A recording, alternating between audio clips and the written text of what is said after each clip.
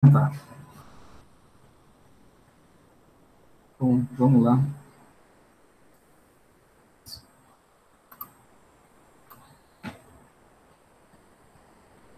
Então, estão tendo acesso aí à tela?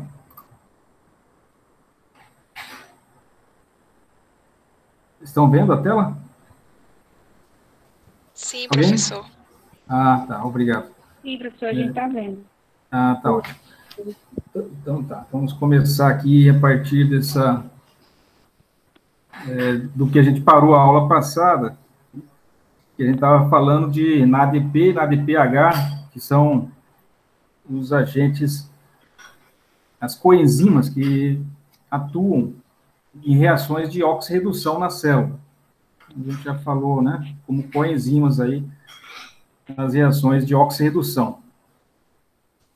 Então, outro agente que trabalha, que atua também, né, outra coenzima, então, a maior parte das coenzimas são vitaminas, né, que são moléculas orgânicas que participam aí de processos enzimáticos e por serem, né, um cofator para o funcionamento da enzima, elas são chamadas coenzimas quando se trata de uma molécula orgânica, e se for um íon metálico, seria um cofator inorgânico outro, né? E entre essas coenzimas, já falamos da vitamina, né, da vitamina, vamos falar da vitamina B1, da vitamina B2, da vitamina B6, da B12, da vitamina K, e já falamos de algumas, e agora outra seria a flavina, a riboflavina. A riboflavina é, na verdade, um nucleotídeo, né? Um nucleotídeo aqui. Ela passa a ser um nucleotídeo quando ela está fosforilada, senão ela é um nucleosídeo. Tem aqui uma base, que é a flavina. Essa base é base porque tem compostos aí nitrogenados e possui um açúcar, né, que no caso é o ribitol. Ele tem, não está hidroxilado aqui no carbono, no último carbono não está hidroxilado, então seria uma ribose desidroxilada, né, uma desoxirribose, portanto. E não tem também o grupo funcional, né, aldeído ou cetona nesse açúcar aqui, é o ribitol. E um grupo fosfato, só que esse grupo fosfato aqui não faz parte da riboflavina. Esse grupo fosfato aqui está fazendo parte aqui do nucleotídeo da adenina, que também é outra base. A adenina tem uma ribose, uma desoxirribose, porque está faltando um grupo hidroxi aqui, no carbono anomérico, por isso que é desoxirribose, e tem um grupo fosfato. Se tem um grupo fosfato, o açúcar e a base é como já foi falado, é um nucleotídeo. Se falta o fosfato, é um nucleosídeo. Então, é um dinucleotídeo aqui, porque tem o nucleotídeo da adenina e o nucleotídeo da FAD, da flavina. É um riboflavina, que tem uma ribose, né?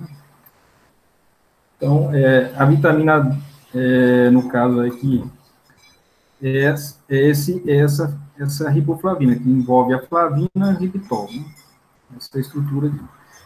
E o mononucleotídeo, o flavina mononucleotídeo, só tem, né, não tem o grupo adenina, não tem o nucleotídeo da adenina, só tem o nucleotídeo da flavina. Então, tanto um quanto o outro pode atuar em reações de oxirredução na célula, fazem reações de redox.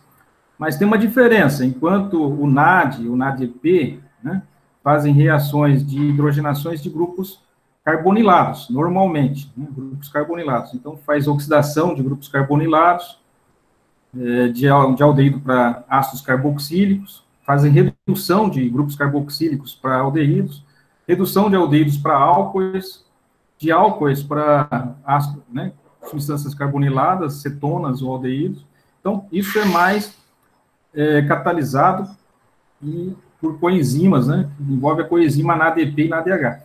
O FAD faz outros tipos de reações de redox, né, um pouco mais eclético, por assim dizer, né, tem mais variância aí, atua em outras reações de oxirredução. Então, vamos ver alguma delas aí. Então, um exemplo é a oxidação desse ditiol. Ditiol é um né? Toda vez que fala tio, né? Tio envolve enxofre. Então, existem os álcoois e os tióis, né? Os tióis são álcoois, na verdade, em vez de hidroxilas formado por OH, o oxigênio é substituído por enxofre.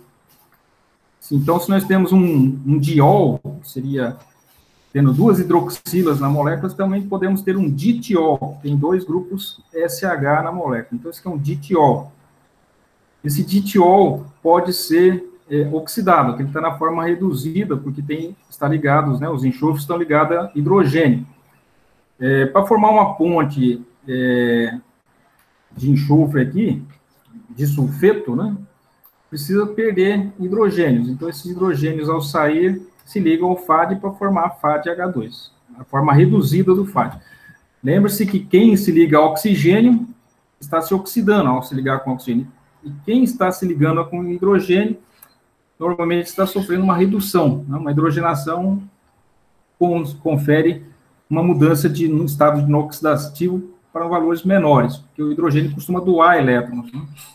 O hidrogênio sempre perde seus elétrons para os outros elementos com o qual ele está ligado. Então, reduz o número de oxidação quando se liga a hidrogênio, porque o hidrogênio vai dar os elétrons que ele está compartilhando para o elemento com que ele está ligado.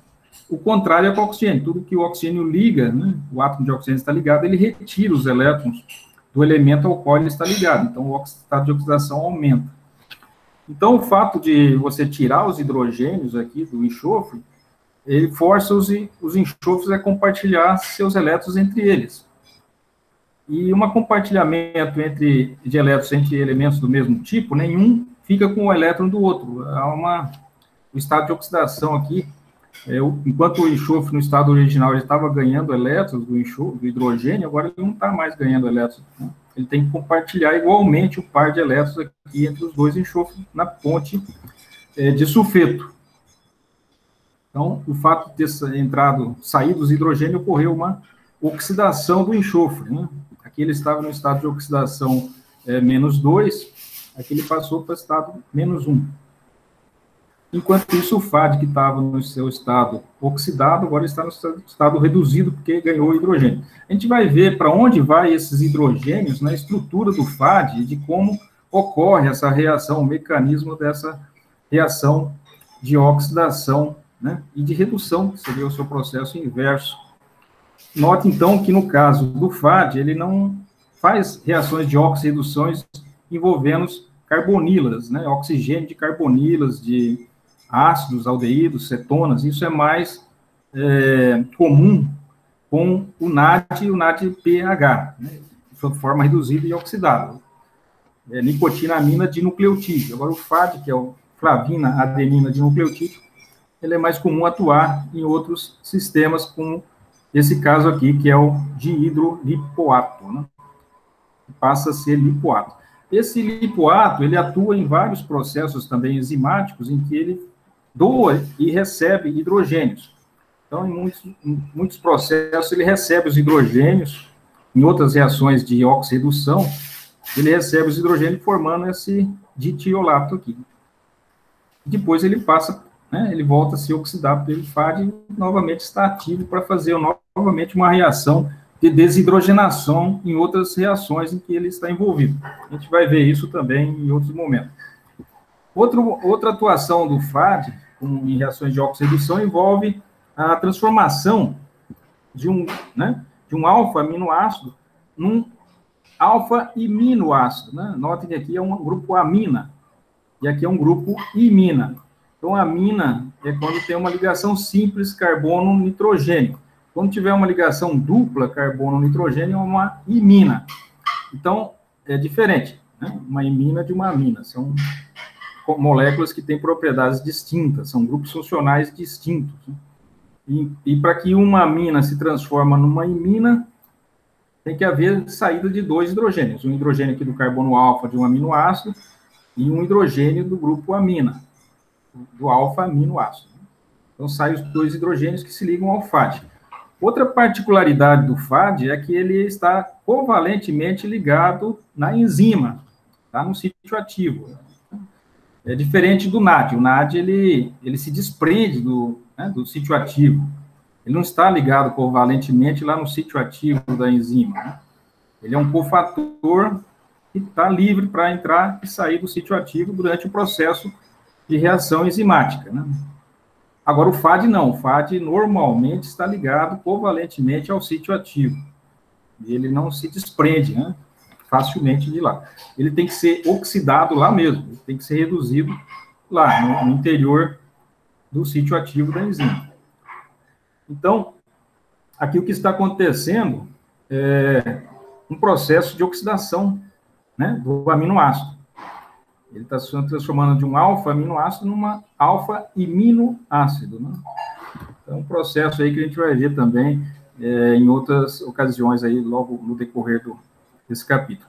E aí, é a enzima responsável de amino-oxidase, ou L-amino-oxidase, né, que causa a oxidação tanto de carbonos alfa D, quanto de carbonos alfas L, né? Note aqui que esse carbono que está sendo desidrogenado aqui é o carbono alfa. Só que esse carbono é quiral, né? Ele normalmente, os aminoácidos são do tipo L, né? Os 20 aminoácidos naturais que formam, né, nossas proteínas são todas do tipo L.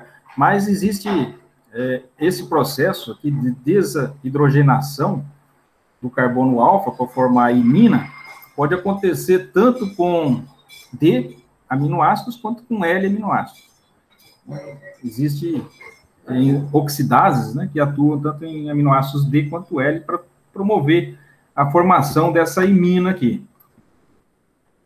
Outro exemplo é succinato desidrogenase. Então, notem aqui que você tem ligações simples, carbono-carbono, aqui no succinato, e agora você tem uma insaturação.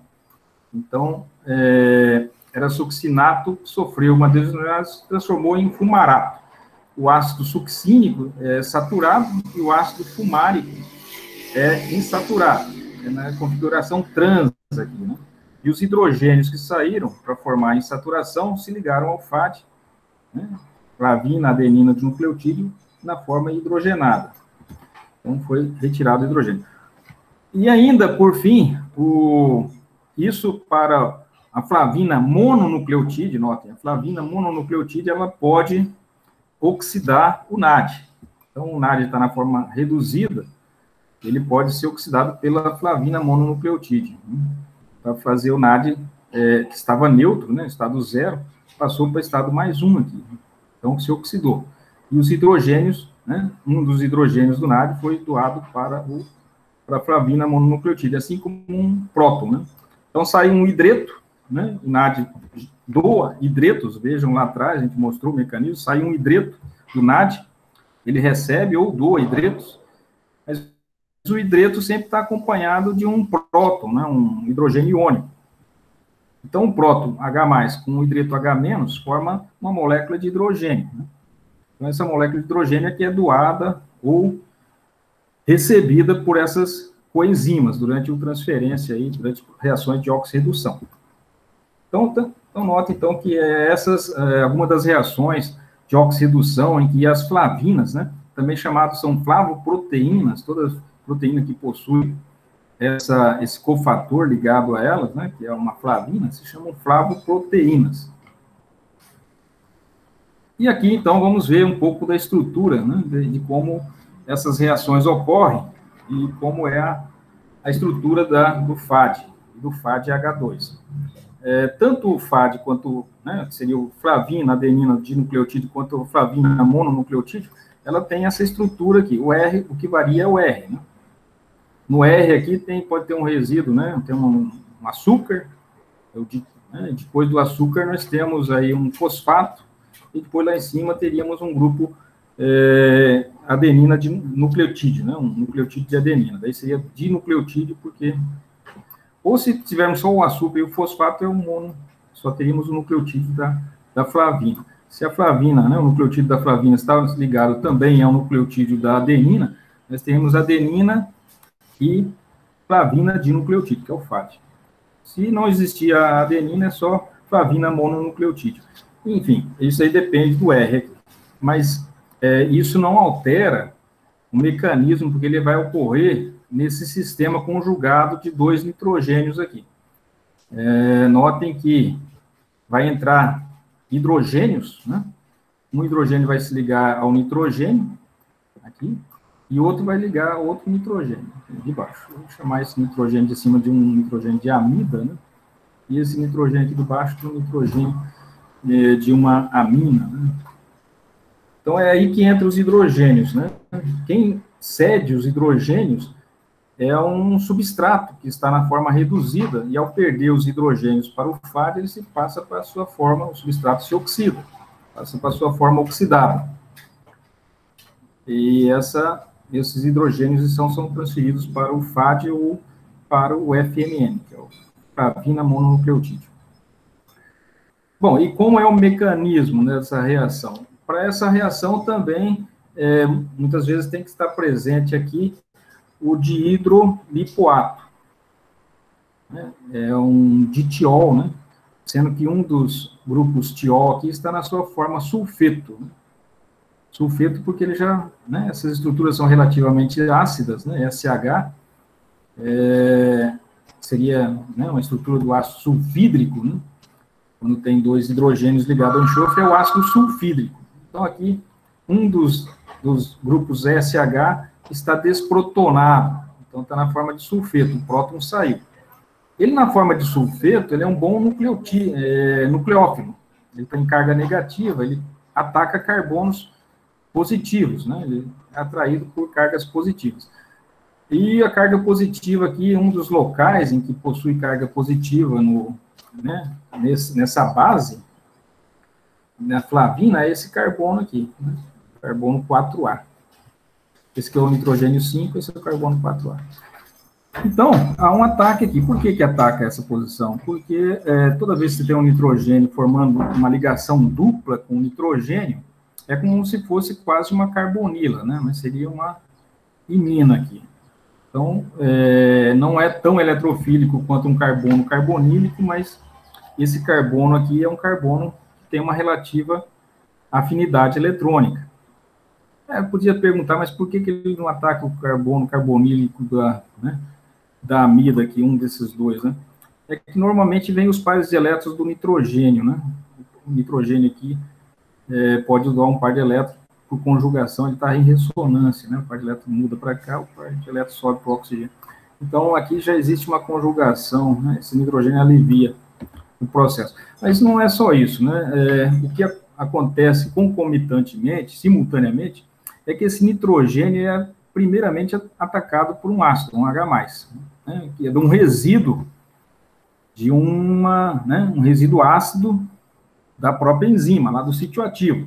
Então, já temos aqui um grupamento ácido justamente próximo dessa insaturação aqui, uma ligação π. Então, quando existe uma ligação π, os elétrons se acumulam do lado do nitrogênio. E quem fica positivo é o carbono 4A aqui. Então, como existe uma densidade eletrônica e o resíduo de aminoácido ácido, né, a região ácida aqui, o próton, né, está na proximidade do nitrogênio. Ele ataca o nitrogênio 5 porque está próximo do nitrogênio 5. E é mais fácil ser atacado aqui. E é aqui que está também a densidade eletrônica maior. E o próton sai e ataca. E, consequentemente, a carga positiva se forma aqui nesse carbono 4A. E daí vem o sulfeto. Tudo isso daí está exposto, né, espacialmente, está colocado assim, de uma forma que facilita muito a reação. Porque para uma reação química acontecer, tem que haver choques, né, entre as moléculas, mas não um choques qualquer, tem que ser um choques com orientação correta, né? A molécula tem que se chocar, o próton, não adianta o próton desse grupamento ácido se chocar com outras partes da molécula. Voltando aqui. Vou tentar voltar agora.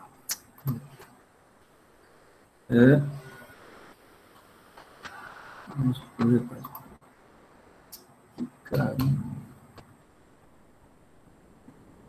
Aqui estamos. Então, tem que haver o choque com a orientação correta. É uma molécula grande, né? Esse grupo flavina aqui. Então, se imaginarmos que as reações acontecem por choque o próton pode se chocar em várias partes da molécula e haverá reações infrutíferas, né? Tem que haver um choque da posição correta. Esses choques de reagentes é mais comum quando acontece reação em tubo de ensaio, não é enzimático. Então, acontece choques de todo tipo, né? As moléculas estão se chocando o tempo todo, e a maior parte dos choques entre moléculas e reagentes ocorre sem a orientação adequada em posições também que não levam a uma reação química. Aqui na enzima tudo está otimizado, né? O próton está, né, o grupamento ácido está posicionado justamente ao lado do nitrogênio, que, né, o eletrófilo e o nucleófilo estão dispostos na posição e na orientação espacial adequada. Não vai só se chocar no nucleófilo, vai se chocar com estereoespecificidade, né? E pode se chocar de um lado, pode se chocar do outro, se formar dois enantiômeros. E aqui tudo é controlado, né? Por isso que existe toda a necessidade de um sítio ativo tridimensional, e por isso que precisa de uma macromolécula, né, que é a enzima, que é a proteína, para criar esse sítio ativo com uma geometria, né, uma topografia que permita que esse tipo de reação ocorra apenas com um mecanismo e orientado para uma estereoquímica específica, né? Então, tem que haver choques entre moléculas, mas orientação correta e com a energia correta, né? Não adianta se chocar levemente, né? As moléculas têm que vir com uma energia cinética, né, para que aconteça a ruptura das ligações. Então, isso aí, em última análise, né, seria isso que acontece. E é tudo, né, no nosso organismo, todos os processos de oxidação, de respiração, metabolismo, até mesmo as conexões cerebrais, neuronais, contração muscular, batimento cardíaco, pensamento, tudo isso aí são reações químicas. Em última análise, alguma coisa em termos químicos está acontecendo aí. Bom, continuando aqui. O sulfeto, então, ataca esse carbono. Por quê? Porque, inicialmente, esse nitrogênio foi protonado por um grupamento ácido de um resíduo de aminoácido no sítio ativo. Então, note que o nitrogênio já está recebendo hidrogênio. E aqui esse carbono da imina, né, agora ele está na forma sp3, aqui estava sp2, né, se ligou ao enxofre. Os elétrons do enxofre foram entregues ao carbono, ao mesmo tempo que os elétrons do nitrogênio foram entregues ao hidrogênio do próton, aqui do grupamento ácido. Então, quem ficou negativo foi esse grupamento ácido que passou para a sua forma básica, né? Note que ele está na proximidade agora dele receber outro próton, né, da outra extremidade, do outro sulfeto. Ele tinha um hidrogênio, provavelmente tinha sido retirado desse enxofre, passou para cá, agora ele entregou esse hidrogênio ácido para o nitrogênio, agora ele voltou a ficar na forma básica, recebe outro hidrogênio do outro sulfeto, do outro tiol, né? E agora, esse enxofre tem um par de elétrons que poderá atacar o outro enxofre, né? Por quê? Porque essa ligação vai ser retirada por a entrada de um nitrogênio, né, de um próton aqui no nitrogênio da posição, esse que é o 4, 5, acho que é 6, aqui deve ser nitrogênio 7. Enfim, esse nitrogênio da amida aqui, né? Esse nitrogênio aqui é protonado, da mesma maneira que esse nitrogênio inferior for protonado, o de cima também pode ser protonado. Existem grupamentos ácidos aí disponíveis, provavelmente um outro grupo ácido de algum outro resíduo de aminoácido vai atacar esse nitrogênio da amida aqui de cima. E, consequentemente, esse forma um carbocátion aqui, o que leva, né, à reposição da dupla ligação aqui, ó, com a saída do enxofre. Porque o enxofre, tendo um sulfeto aqui do lado, os sulfetos são bons nucleófilos, né? Eles são bons doadores de pares de elétrons. Então, ele ataca o carbono, o enxofre vizinho, e permite o deslocamento dos elétrons aqui para o próton. Com isso, o que aconteceu aqui foi a formação, né, a partir do dihidrolipoato, se transformou em lipoato. Esse lipoato, na forma oxidada, ele pode atuar em outros mecanismos de reação. A gente vai ver alguns exemplos em que acontece a conversão do dihidrolipoato para lipoato. a reação inversa, né, em que ele recebe hidrogênios e volta para sua forma reduzida. Né? E quem é responsável pela a oxidação do dihidrolipolato a lipoato é o FAD. Então, um dos mecanismos, mas existe outros, né? Ele é muito versátil. A flavina, ela é muito versátil nessas reações. Aqui outro mecanismo, que é o mecanismo para a D ou L aminoácido oxidase, seria a oxidação de aminoácidos. De que maneira? Um grupo aminoácido se transforma num grupo iminoácido, né? Certo? Há uma perda de hidrogênio, né? Um hidrogênio alfa sai e o hidrogênio do grupo amino, alfa-amino, também sai, formando um grupo imino. Então, há uma oxidação, já foi mostrado ali anteriormente, só não foi mostrado o mecanismo. Aqui está o mecanismo. Note que agora, a primeira coisa é que uma base retira um hidrogênio alfa. Isso daqui provavelmente é facilitado quando o grupo carboxo está na forma neutra, né, que ele está na forma negativa, mas quando ele está na forma neutra, um carbono carbonílico aqui confere uma certa acidez ao carbono alfa. A gente já viu acidez de carbono alfa, de ésteres, de cetonas, de aldeídos, de amidas, de anidridos, enfim, todos esses carbonos alfa têm uma certa acidez. Aqui tem um carbono alfa e tem um hidrogênio alfa, então tem acidez. Existindo uma base aqui nas proximidades de um resíduo, de um aminoácido que está na forma básica, pode ser uma lisina, por exemplo, retira esse hidrogênio, na forma de um próton, né? Daí forma esse carbânio aqui, é uma reação reversível, né? Consequentemente, tudo pode voltar para trás. Lembrando que as enzimas, toda reação enzimática é reversível, né? A enzima não favorece um sentido ou outro da reação, ela favorece ambos os sentidos. O que vai fazer com que a reação prossiga numa direção ou na outra é a concentração dos reagentes. Se os produtos de uma reação enzimática forem sendo retirados do ambiente da enzima, das proximidades da enzima, a enzima não tem como capturar esses produtos para proceder à reação, porque eles vão sendo consumidos aí pelos mecanismos celulares, ou vão sendo excretados, enfim. Porque se os reagentes estiverem presentes, eles voltam a entrar no sítio ativo e voltam a gerar os produtos ou os reagentes de partida.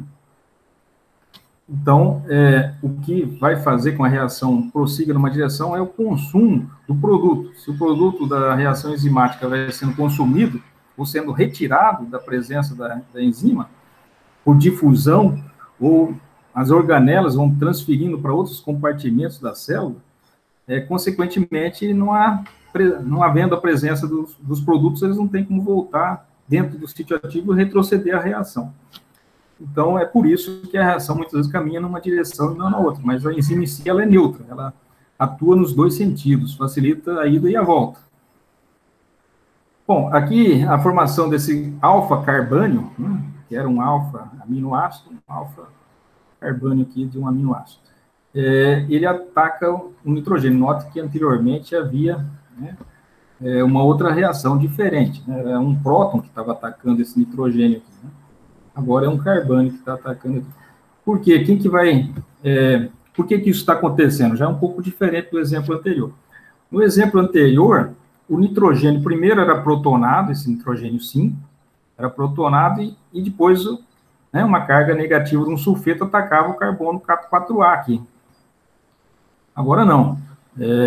Na verdade, esse nitrogênio aqui não está sendo protonado mais. Quem está sendo protonado é o nitrogênio aqui superior, né, da amida. Esse nitrogênio que vai ser protonado, assim como foi protonado o nitrogênio 5. Né? Esse nitrogênio agora superior está sendo protonado. E os elétrons se movem, né, do sistema conjugado aqui, se move por nitrogênio. Consequentemente, esse nitrogênio aqui vai ficar positivo, e o ataque do carbânio, anteriormente era um sulfeto que atacava o carbono 4A, agora um carbânio aqui, que vai atacar o próprio nitrogênio, formando aqui, né, essa estrutura tetraédrica aqui de um aminoácido. Né? E o nitrogênio superior é que ficou hidrogenado dessa vez. Então, note aí que já é a versatilidade dessa grupo flavina, ela tem mais de um mecanismo, né, de ação. na hora de sofrer hidrogenação, primeiro o nitrogênio pode ser hidrogenado, o nitrogênio 5, ou o nitrogênio aqui da amido que pode ser hidrogenado, sofrer a protonação, né? E nesse caso já passa por outro processo, outro mecanismo. Bom, depois que isso acontece aqui, o hidrogênio, né, o grupo ácido aqui, nas proximidades desse grupo do nitrogênio 5, ele pode protonar, né, assim como ocorreu a desprotonação aqui do carbono alfa, e a base, né, o grupamento básico aqui de algum aminoácido no sítio ativo ficou hidrogenado, a forma ácida pode devolver o próton, né, voltar a protonar. Dessa vez, protona de novo o carbono aqui, né, volta a devolver o hidrogênio para o carbono alfa. E ao fazer isso, essa ligação se quebra, né, um par de elétrons vem aqui para repor a saída dessa ligação. Daí forma um grupo imino, né?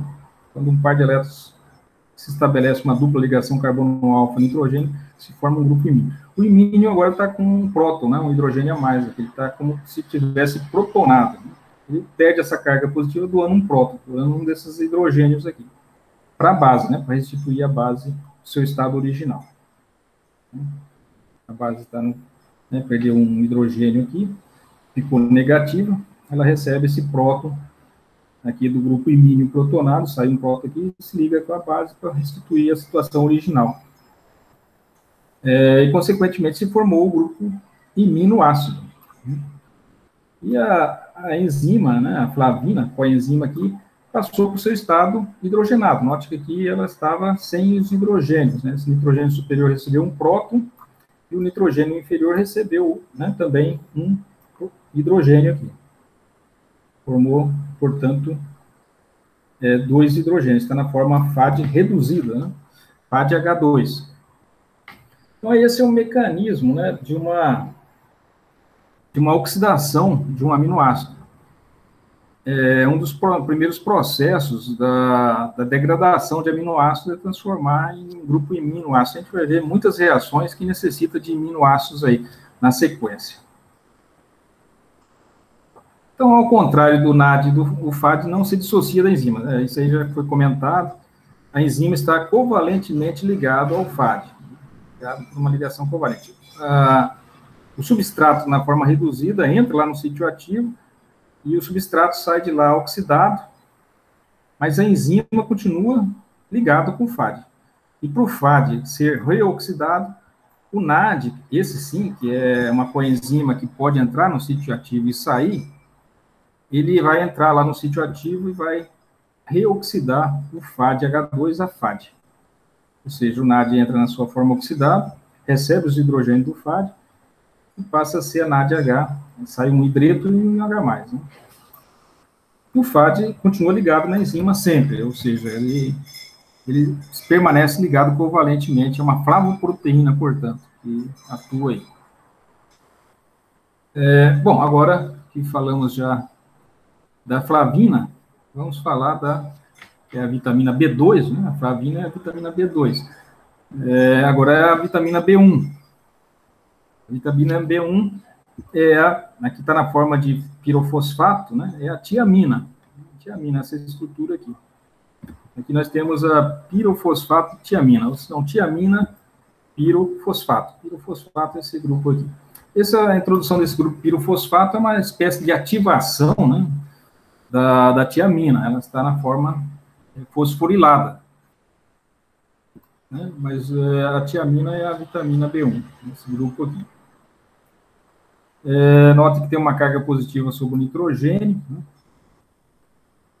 E vamos ver como que ela atua. Ela atua em reações de transferência de grupos de 2 carbonos, né? Transfere 2 carbonos, né? Normalmente na forma de uma acila, né? De um grupo acetil. Esse aqui é um grupo acetil, é um grupo acila. Ele transfere esse grupo aqui de uma espécie para outra.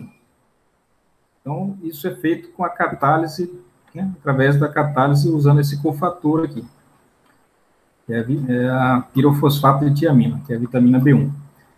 Também interfere aqui o meio ácido, um H+, que é o próton do próprio grupo carboxilato aqui.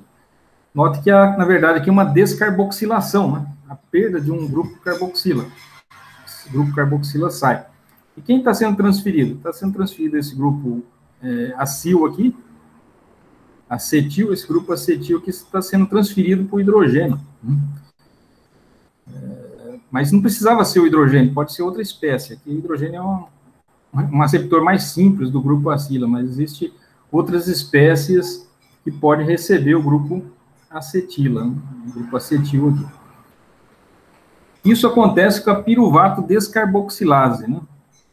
Piruvato descarboxilase é a enzima que necessita do pirofosfato de tiamina para atuar, como cofator, como coenzima. Então, vai sair um grupo CO2 e o grupo acila vai ser transferido para o próton, o H+. Vamos ver isso como ocorre, né, o mecanismo. Mas, de antemão, aqui já dizemos que esse grupo tiazólico aqui se chama tiazólico porque a palavra azo, em química, se refere a nitrogênio. Azo, né? Sempre que dizer azo, diazometano, né? Ciclo diazólico, né? Tudo que é ou di é quando tem dois, né? Diazólico. Tudo que fala em relativo a azo é nitrogênio. E tio quer dizer enxofre, como já comentei. Então, se é diazo, né? Tiazólico, é tio e azo, né? Tiazólico. Então, o anel tiazólico tem nitrogênio e enxofre. Então, esse anel tiazólico aqui, ele tem a propriedade, né, de ter esse carbono, que é um carbono relativamente ácido. Ele tem um hidrogênio relativamente ácido. Ele sai com facilidade na forma de um próton, de um H+. Essa ligação se quebra. Se quebra porque tem um nitrogênio positivo aqui do lado e pega os elétrons da ligação π para ele, né, para neutralizar essa carga positiva. E, consequentemente, o carbono se desfaz da carga positiva, liberando um próton, né? Fica com os elétrons do hidrogênio e fica negativo. Aí se forma esse carbônio ilídio, né? Ilídio porque está com duas cargas, uma positiva e uma negativa, uma do lado da outra. Então, é uma ilídia, né? Esse carbânio, ele é estabilizado. Então, o pKa dele é 12,7. Aí você imagina que 12,7 é um pKa acessível aí por uma base forte, na presença de um hidróxido, né? De uma soda, né? Uma soda cáustica, um hidróxido de potássio, hidróxido de sódio, é fácil de retirar esse hidrogênio. Mas você pode dizer, mas onde no organismo vai ter uma base tão forte, né, para retirar esse hidrogênio? Apesar de ele ser ácido, precisaria de uma base muito forte. Acontece que no sítio ativo, né, o ambiente, o microambiente do sítio ativo pode proporcionar essa facilidade, esse pH, né, tendo uma base ali bem na proximidade, naquela micro-região ali, o pH, né, o sistema pode ser desprotonado. Não que todo o meio aquoso, né, do interior de uma célula necessite ter um meio tão básico, tão forte para que isso ocorra. Essa é a vantagem do sítio ativo, né? As coisas acontecem na micro-região do sítio ativo. É ali que acontecem as condições de basicidade suficiente, né? Porque tem uma base nas proximidades desse hidrogênio e pode desprotonar ele. Aí se forma esse carbânio que é estabilizado, né? Isso vai ser interessante, vai ser necessário para o mecanismo dessa coenzima. Tá aqui, como que isso vai ocorrer, então, o mecanismo? Da descarboxilação, né? É o piruvato descarboxilase. É uma das reações do ciclo de ácido Krebs, né? A descarboxilação do piruvato, né? Perda de um CO2. Vocês vão ver isso em detalhes em bioquímica. Então, na presença de um grupamento ácido, lá no sítio ativo, ele vai protonar essa carbonila do ceto ácido, né? Isso aqui é um ceto ácido, é um grupo cetona, e aqui está o grupo ácido, carboxilato. Então, esse grupo carboxílico de um ácido, né? Está na forma carboxilato porque está com uma carga negativa. Tem um grupo cetônico aqui na posição alfa. Então, é um alfa-ceto carboxilato. Esse composto é o piruvato, né? Ele vai sofrer a descarboxilação, que é a perda desse COO aqui. Esse grupo CO2 aqui, né? Então, um resíduo do aminoácido, lá no sítio ativo, protona essa carbonila, do grupo ceto. Você pode perguntar, mas por que não protona o outro oxigênio? É que esse oxigênio aqui, provavelmente, ele está estabilizado, né? Ele tem parcialmente uma carga simples aqui, uma ligação simples. Esse par de elétrons está em ressonância entre os dois oxigênios. E também, talvez, a disposição espacial, né, facilita o ataque nessa carbonila aqui. Principalmente também, por quê? Porque começa com o ataque do carbônio estabilizado, que é formado justamente numa posição próxima dessa carbonila. Isso que é o processo estopim inicial da reação. Mas por que ele não ataca outra carbonila, então, aqui do lado, né? Ele vai começar o ataque aqui, e aqui começa o fluxo de elétrons, começa atacando essa primeira, a carbonila do grupo ceto, né? Poderia se perguntar por que esse carbono não ataca a carbonila do grupo carboxy aqui. É porque aqui já existe uma carga negativa aqui, né, no sistema, né? No sistema conjugado, aqui é um sistema de ressonância, já tem uma carga negativa que está se movendo entre os dois oxigênios. Então, essa carga negativa não vai vir aqui nas proximidades de outra carga negativa. Não existe tanta eletrofilia, né, nesse carbono aqui do grupo carboxy. Existe mais eletrofilia do carbono da cetona. Então, é aqui que vai atacar. Ao atacar aqui, o par de elétrons, automaticamente, já existe um próton aqui nas proximidades que se liga ao oxigênio da carbonila. Aí você tem, né, a conversão de uma carbonila sp2 num carbono sp3. E lembre-se que toda vez que uns elétrons de uma carbonila sobem, ele pode voltar. Todas essas reações, os elétrons podem, né, se mover no sentido contrário, né? Toda vez que você vê os elétrons em uma direção, você pode imaginar que eles podem vir no sentido contrário e a reação ocorrer no sentido contrário. Bom, e aqui, uma vez que esse sistema tenha se formado, aqui está fácil ver a descarboxilação agora. Porque agora existe um dreno para os elétrons, né? Quem vai drenar os elétrons é esse nitrogênio positivo aqui. E tem um sistema conjugado, né? Pode se formar um sistema conjugado aqui. Então, esse nitrogênio positivo captura os par de elétrons da ligação π, que é uma ligação móvel, né? Flexível, que se desloca, né, entre os átomos do sistema conjugado. Ao mesmo tempo, esse oxigênio estabelece uma dupla ligação π aqui com o carbono da carbonila, formando o CO2. Para que isso aconteça, essa ligação tem que se quebrar do carbono carbonílico, do grupo carboxy aqui, com o carbono alfa, né? Se forma uma ligação dupla aqui. Essa estrutura que se formou aqui é uma, né, descarboxilada, já perdeu o grupo CO2, já ocorreu a descarboxilação, portanto. O que falta acontecer agora é esse grupamento acila aqui se desprender da coenzima, para que ela possa atuar novamente. Então, nós temos aqui um grupo enol, né? Esse grupo aqui é um grupo enol, um álcool, uma hidroxila ligado a um carbono sp2 aqui, né? Esse aqui é um grupo enol. E essa ligação pode ser desfeita com a volta, né? Toda vez que acontece um movimento de elétron no sentido, pode imaginar a volta desses elétrons para a posição original. Então, se havia uma ligação veio para o nitrogênio, ele pode voltar no sentido contrário, né? E a carga negativa ir lá para o carbono, né? O carbono formando aí esse carbono estabilizado, né?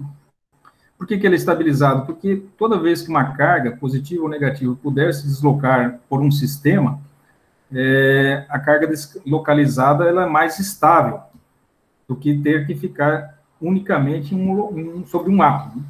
Então, toda vez que uma carga puder circular por um sistema, esse sistema estará estabilizado.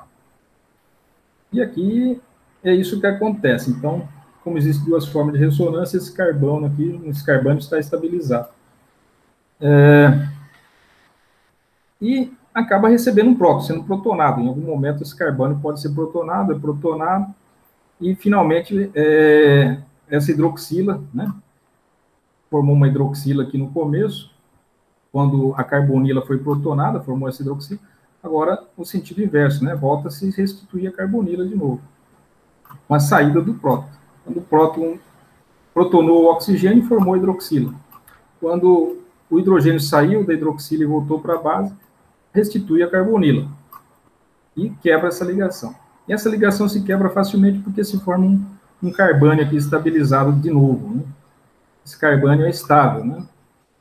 E com isso a gente conclui a perda, a descarboxilação e a transferência desse grupo acila por um hidrogênio, né?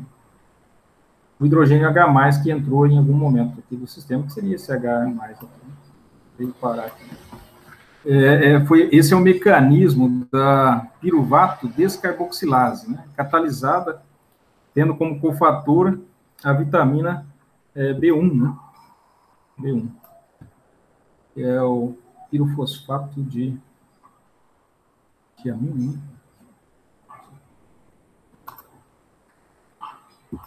Aqui, o grupo acila pode ser transferido. Anteriormente, vimos o grupo acila sendo transferido por um H+, né, para formar um aldeído. Agora, esse grupo acila do piruvato pode ser transferido para coenzima A, para formar acetilcoenzima A, porque esse grupo amarelo aqui é o grupo acetil. Então, esse grupo acetil, que é um grupo de 2 carbonos, pode ser transferido de um carbono para o outro através, né, da atuação dessa coenzima. E se trata aqui da piruvato desidrogenase, né? Acetilcoenzima A. A descarboxilação também, o processo é similar. Só que quem vai receber o grupo acila não vai ser um hidrogênio, vai ser o grupo coenzima A. De que maneira isso acontece? Se forma esse, né, grupo acil aqui, estabilizado, que já foi mostrado anteriormente, com esse carbânio estabilizado aqui, e esse carbânio ataca o enxofre. Por que vai atacar o enxofre? Em condições normais, o enxofre não é um bom receptor de elétrons, ele é um doador de elétrons, né? Mas isso ocorre agora porque esses enxofres, essa ponte sulfeto aqui, ela é protonada, né? Vem um ácido aqui, protona o primeiro enxofre, e daí, com a perda de um par de elétrons aqui para o próton, daí sim, esse enxofre passa a ser um bom eletrófilo, e daí o eletrófilo, né, os elétrons estão aqui sobre o carbânio.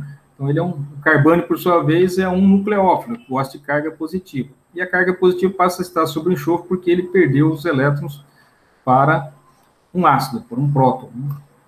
Isso aqui é o lipoato, né, que está ligado a uma enzima. Esse carbânio é o carbânio que já mostrou anteriormente, que é estabilizado por ressonância. O grupo acila está ligado aqui em cima na sua forma de carbânio, carbânio estabilizado. Bom, se abre aqui a ponte de sulfeto, se forma essa estrutura, e agora, já vimos lá anteriormente, que quando essa hidroxila se formou, aqui era uma carbonila, né, originalmente. Essa carbonila foi protonada em algum momento. E na hora dela ser desprotonada por uma base, que é um resíduo de uma enzima, volta a restituir a carbonila aqui. Na saída de um próton dessa posição, volta a se restituir a carbonila. E essa carbonila é facilitada também porque os elétrons são drenados por nitrogênio, né, através de estruturas e de ressonância. Os elétrons se movem até o nitrogênio. Daí você tem uma carbonila, que é o grupo acil.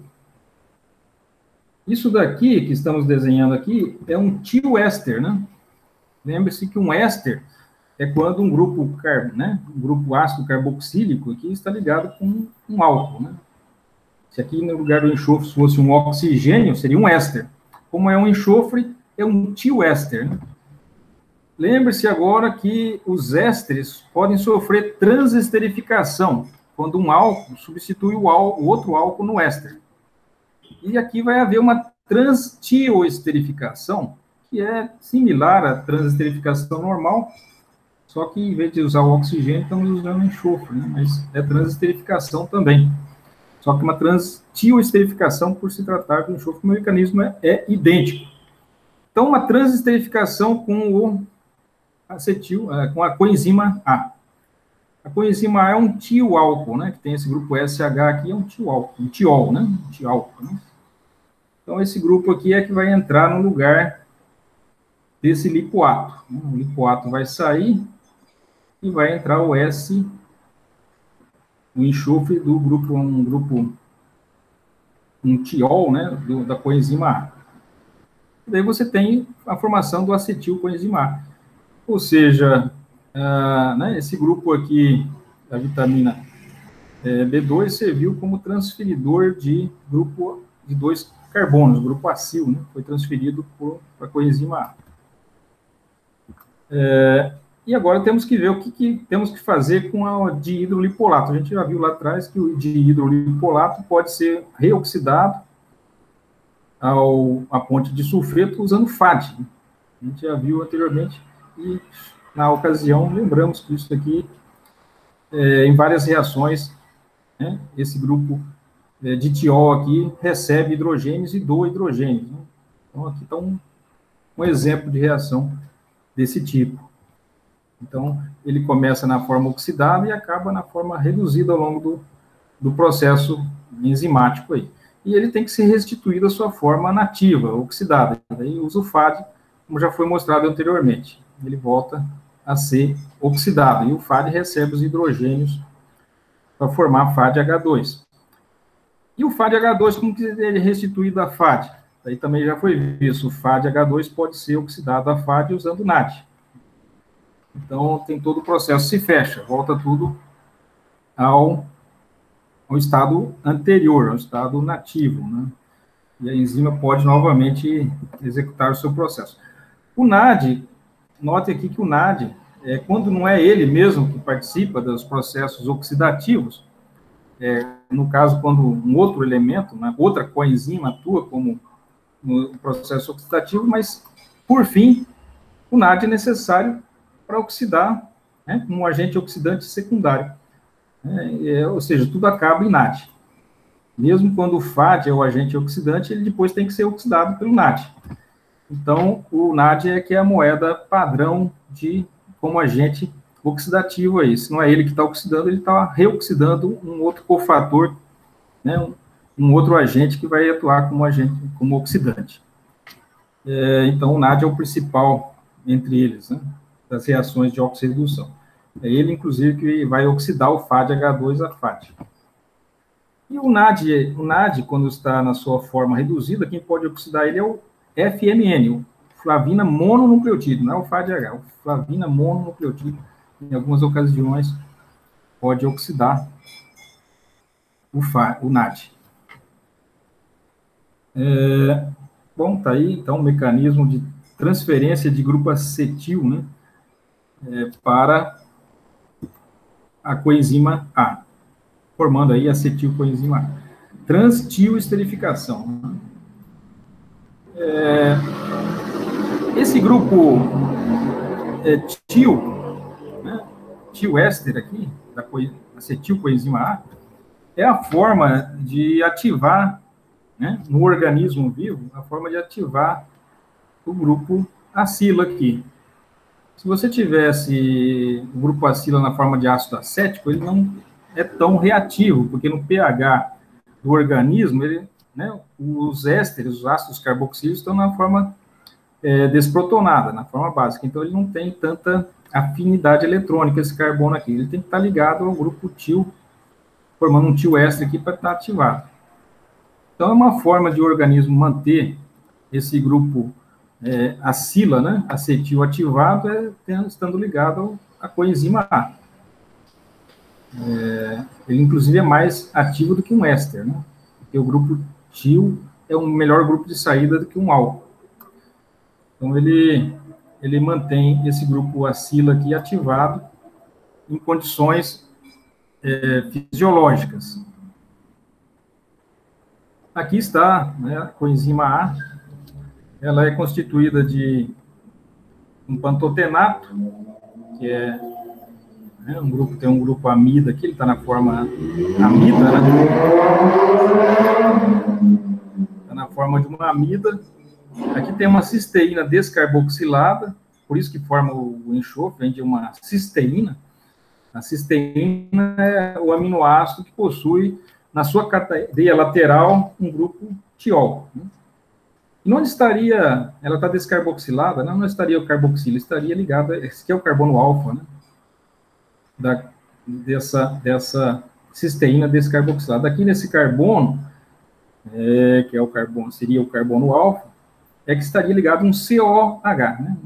Um CO2H, bem aqui ligado a esse carbono, teria um CO2, né? Então estaria aqui o grupo carboxi, né? O grupo ácido dessa cisteína que foi perdido, né? Está na forma descarboxilada. E aqui é um tiol, né? Está só trabalhando aqui, servindo como se fosse um álcool, né? Um álcool em que o hidroxila foi substituído por uma tionila. E os álcools sofrem reações de esterificação e os tióis também sofrem reação de tioesterificação. E é aqui que acontece a reação para se ligar ao grupo acila, para fazer um tioéster, né?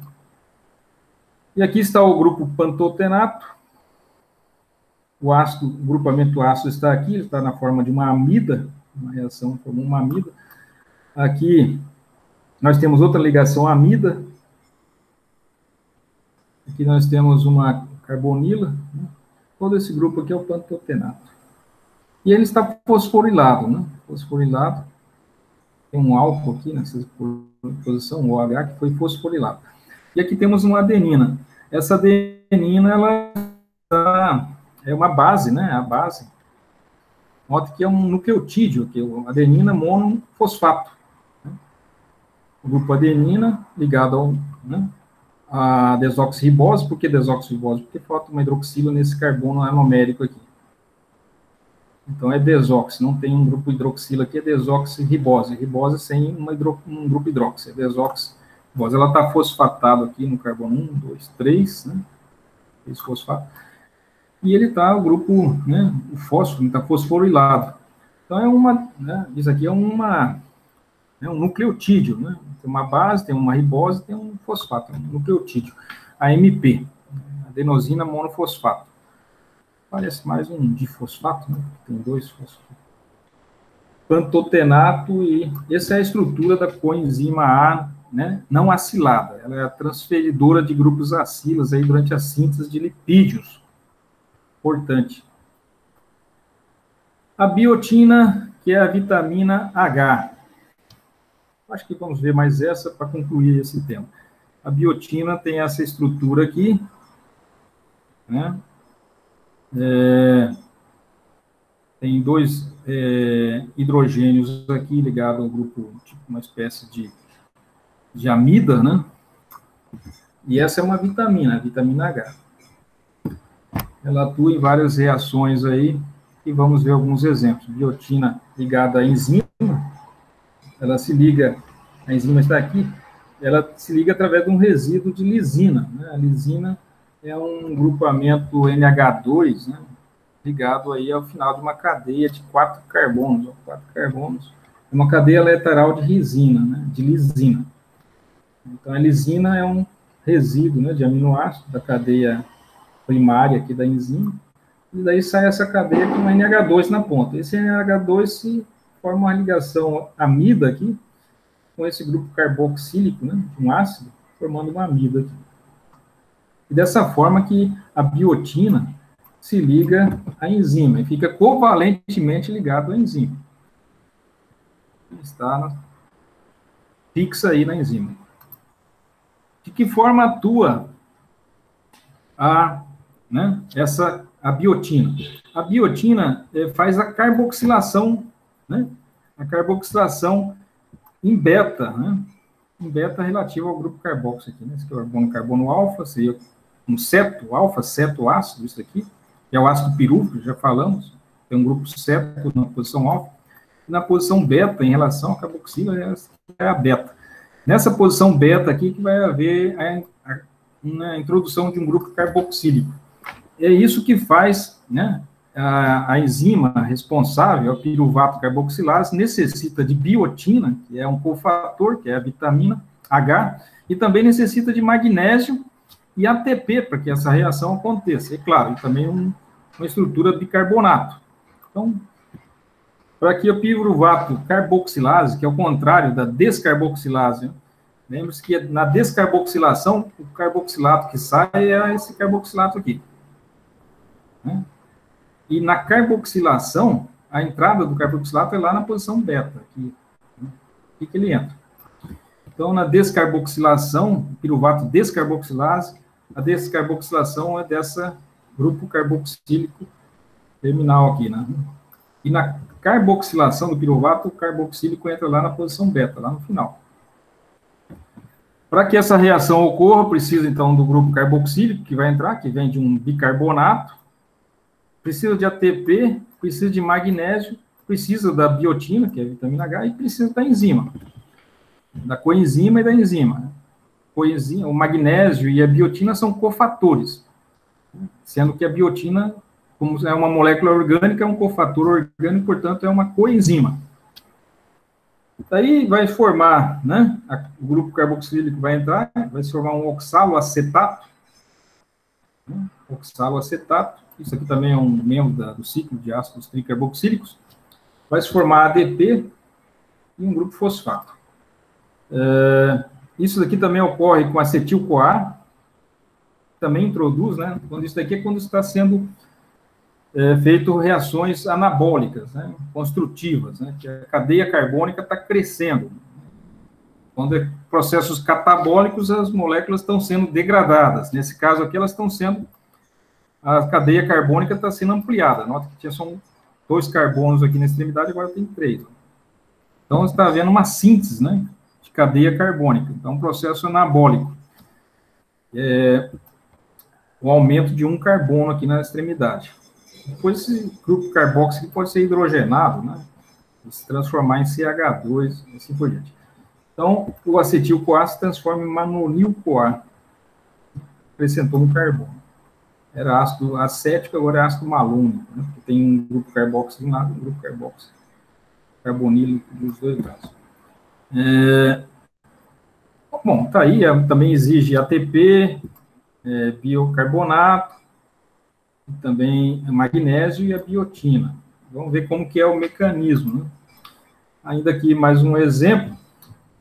Por que que é necessário o magnésio? Isso aqui é o primeiro passo do processo enzimático. Como que acontece? O magnésio, notem o que está acontecendo nessa reação aqui. O bicarbonato tem um oxigênio negativo aqui. Ele vai atuar como nucleófilo. Ele vai atuar como uma espécie que gosta de cargas positivas. E onde estão as cargas positivas? Estão no fósforo. É como se fosse uma carbonila isso aqui, né? Só que não, por ser o fósforo, seria um óxido de fosfina, né? Uma espécie de óxido de fósforo. Então, esse fósforo também tem carga positiva, como se assemelhando aí a uma carbonila. O que reduz a carga do fósforo são os oxigênios negativos aqui, né? O fato de ter muitas cargas negativas nos oxigênios reduz a eletrofilia desse fósforo. E quanto mais cargas positivas estiverem ligadas ao fósforo, mais eletrofílico ele fica. E o oxigênio do bicarbonato vai atuar como nucleófilo, ele vai ser o doador de elétrons, então, a espécie rica em elétrons. Para que isso aconteça, é que liga-se o magnésio aqui. O magnésio, com 2 cargas positivas, retiram, né, as cargas negativas dos oxigênios do grupo fosfato, né? O fato de ter um magnésio com 2 cargas positivas aqui impede que esses elétrons do oxigênio negativo, de certa forma, doa por efeito indutivo, né, essa carga negativa seja transferida para o fósforo. Ao ter magnésio positivo aqui, ele são, né, espécies retiradoras de densidade eletrônica, o magnésio. Então, o magnésio com 2 cargas positivas retira a densidade eletrônica do oxigênio, desses, né, do fosfato aqui, e essa densidade eletrônica sofre consequências no fósforo. O fósforo fica mais eletrofílico, pelo fato do oxigênio em uma carga negativa estar ligado ao magnésio. Então, para isso, se o magnésio não está presente, a reação, esse fósforo não é suficientemente eletrofílico para reagir com o bicarbonato. Para isso que tem o magnésio. Daí sim, né, o magnésio estando aqui, o oxigênio do bicarbonato negativo e ataca o fósforo e se liga. E essa ligação se desfaz aqui, ele fica ligado com o fósforo. Então, isso aqui é um anidrido. Nota que tem uma carbonila e um fósforo, né? E está ativado, bicarbonato ativado. Esse bicarbonato ativado é que vai agora, é uma espécie de anidrido, né? Você lembra do anidrido? É um anidrido misto de ácido carbônico com ácido fosfórico. Os anidridos são normalmente dois ácidos que perdem uma molécula de água, né? Quando um ácido acético se liga com outro ácido acético e perde uma molécula de água, forma um anidrido acético. Aqui é um anidrido misto de ácido carboxílico com ácido fosfórico. Tem uma ponte de oxigênio aqui entre a carbonila do ácido carbônico e essa grupo óxido de fósforo aqui do fosfato. E essas espécies normalmente são bons eletrófilos, né? São bons eletrófilos. Essa carbonila agora do grupo carboxo aqui, ela está ativada. E a biotina, ela costuma estar no estado, formando essa espécie de enol aqui, né? De uma enamina, né? Essa estrutura desprotona aqui, né? Perde um próton, a biotina, né? Perde um hidrogênio aqui dessa posição e forma, né? Esse hidrogênio sai e forma essa espécie carregada negativamente. É uma reação, no seu estado, no pH fisiológico, ela está nessa configuração aqui. Então, ele é um bom nucleófilo, né? Se aqui nós temos um bom eletrófilo, que tem carga positiva sobre o carbono, que é um anidrido, aqui nós temos um bom nucleófilo, que é cargas negativas aqui. Então, acontece quando as duas moléculas se encontram dentro do sítio ativo, na disposição adequada, né? Temos os grupos ativos ali da enzima, favorece a reação. Né? Vai sair um par de elétrons, né? Facilitado aqui pelo uma espécie de enol, né? De enol por um lado e enamina por outro. É um enol aqui, bem rico de elétrons, e esse par de elétrons vai ser doado ao carbono carbonílico. Vai haver um ataque, então, nucleofílico aqui, né? Ao carbono carbonílico do anidrido misto, né? O ATP serviu simplesmente para isso, para ativar a carbonila do bicarbonato. Depois vem, né, o grupo biotina, rico em elétrons, ataca o carbono carbonílico. Está vendo, né, aqui que vai acontecer a transferência agora desse grupo carboxílico aqui para biotina. O grupo carboxílico, o par de elétrons sobe com o oxigênio da carbonila, depois ele retrocede e se desprende o grupo carboxo, e quebra essa ligação aqui. E acontece com todos os anidridos, né? Quebra com o desprendimento do grupo fosfato. E agora, notem que o grupo bicarbonato foi transferido para o fosfato, do ATP, formando um anidrido, que é o fosfato ativado, e finalmente o fosfato é transferido para a biotina. Agora está aqui ligado à biotina. E aqui, finalmente ligado à biotina, é que ele vai ser transferido para, né, o grupo carbonílico para a posição beta aqui, né, do grupo acetato. No caso, aqui não tem posição alfa, só tem a posição alfa da carbonila. Então, a carbonila da coenzima A, a gente sabe que existe na forma, tem tautomeria, né? Toda vez que você tem um grupo carbonila com hidrogênios alfa, isso aqui é uma tautomeria. Então, isso aqui é cetoenólica, né? Isso seria tioéster enólica, né? Então, esse enol aqui é um bom nucleófilo. Então, rico de elétrons aqui, ele é melhor nucleófilo, por exemplo, do que um alceno, né? Nós sabemos que os alcenos são ricos em elétrons, promove o ataque aqui com carbono carbonílico. Então, esse alceno vai atacar o carbono carbonílico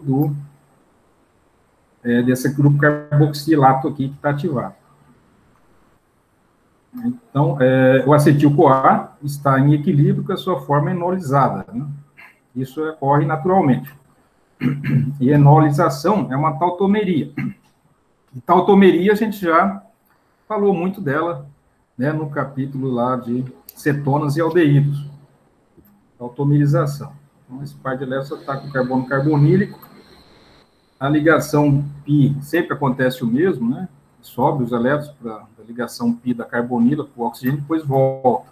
Que vai acontecer de novo, né? Um ataque nucleofílico ao carbono carbonílico, o par de elétrons sobe para o oxigênio e depois vai retornar. Quando retornar, ele vai expulsar a base mais fraca. A base mais fraca agora vai ser o grupo da biotina. Então, a biotina vai sair e, finalmente, o grupo carboxílico vai ser entregue ao grupo alfa, né, de um grupo acilo aqui. E é isso que a gente queria, que fosse feita uma carboxilação da posição alfa. E ela vai ser feita aqui. Esse ataque aqui é facilitado pelo retorno do par de elétrons, né, da tautomeria aqui. É uma assistência que vai acontecer. Né? O oxigênio fica negativo, porque acontece a saída de um, aqui no caso aqui, né, quando houver o ataque, né, quando houver a volta do par de elétrons aqui para restituir a carbonila, essa ligação aqui vai se quebrar, o par de elétrons vai se correr para o oxigênio, restituindo a situação original. Então, a enzima volta ao seu estado inicial, ela não é alterada, né? Forma de novo, então, aqui. E aqui temos o amalonil 4. Está aí todo o processo, portanto, da carboxilação. É o contrário da descarboxilação. Se for para acontecer uma descarboxilação aqui, também pode sofrer uma descarboxilação em beta, né? Do carbono alfa aqui. Toda vez que tiver um ceto, um beta ceto ácido, né? Pode haver uma descarboxilação aqui também. Isso aí já foi visto. Mas não vem ao caso agora. Bom, a gente vai ver agora a vitamina B6 e, finalmente, fechar esse assunto na próxima aula. A próxima é a última, né? Sobre esses cofatores, né? Que são as coenzimas, e como as reações acontecem. O fosfato de piridoxal, que é a vitamina B6, e está aí, é uma vitamina também, essa estrutura aqui. Ela é importantíssima, né? Faz várias transformações em aminoácidos, ela atua na bioquímica dos aminoácidos. As descarboxilações de aminoácidos, a transaminações de aminoácidos, a perda do grupo, né, do resíduo, né, da cadeia lateral dos aminoácidos, né, a perda a ruptura em beta de aminoácidos, todas essas transformações, a isomerização de aminoácidos, todas essas reações vão ser vistas, o mecanismo delas que envolve a vitamina B6, toda uma bioquímica aí de aminoácidos, né? E para isso, que essa coenzima que é necessária para que essas reações aconteçam. A gente vai ver isso em detalhe aí na próxima e última parte sobre essas coenzimas, que está se estendendo bastante, né? Talvez estamos sendo bem repetitivos, falando várias vezes a mesma coisa, para facilitar aí a fixação desse processo, né? Lembrar bem os termos, né? E as transformações que ocorrem. Voltando aí, então, vamos ver quem ainda está por aí. Quem resistiu aí até o fim? Vamos ver. Andrelli, Gabriel, Henrique, Josiane. Então, estamos aí 6 pessoas, né? Andrelli, Gabriel, Joane. Então tá, eu vou parar a gravação aqui. Se vocês tiverem dúvida, isso aqui vai ficar gravado, né? Vai ficar lá no Moodle, para que possam dar uma olhada. Se alguém tiver também alguma pergunta, quiser que a gente volte lá e fale sobre o assunto, estamos aí. A gente passou bastante da hora, né? Ela começou 16... Já era umas 16 e... 16h10 quando você começou. 16h10 a 17h30, 1h20, né? Por aí, 1h20 tá bom, né? 1h20 não é uma coisa aqui que mata ninguém, eu acho que dá para aguentar. Porque eu sei também que não é fácil, né? Ficar longos tempos prestando atenção em qualquer coisa que seja. A menos que seja um filme aí, uma série muito interessante de suspense, né? Mas a química não tem tanta facilidade para manter aí, prender a atenção da mesma forma. Então é isso. Se alguém quiser perguntar algo, tirar dúvida. Eu vou, nesse mesmo horário, amanhã, eu vou ver se eu termino esse assunto para a gente concluir, né? Essa parte de coenzimas aí que Tá está certo. se Você vai estendendo colocar bastante. no mesmo horário, professor? É o mesmo horário. Amanhã, no mesmo Mas horário, a amanhã, gente. como é feriado amanhã, é facultativo, né? Ah, é feriado, né? Não Não, sabia. feriado, véspera de feriado. Ah, bom.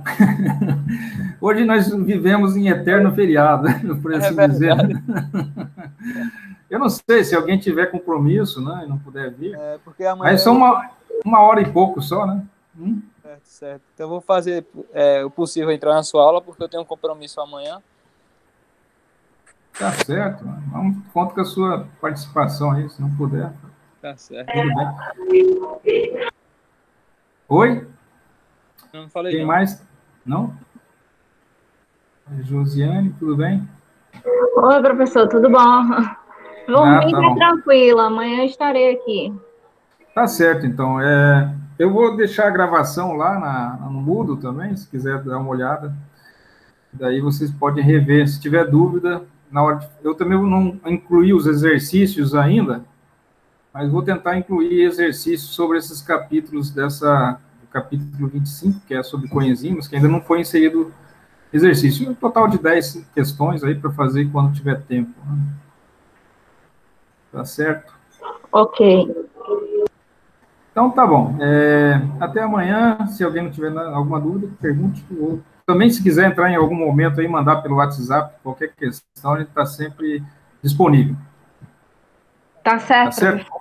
As Tá dúvidas bom. vão surgir quando a gente começar a fazer as atividades, né?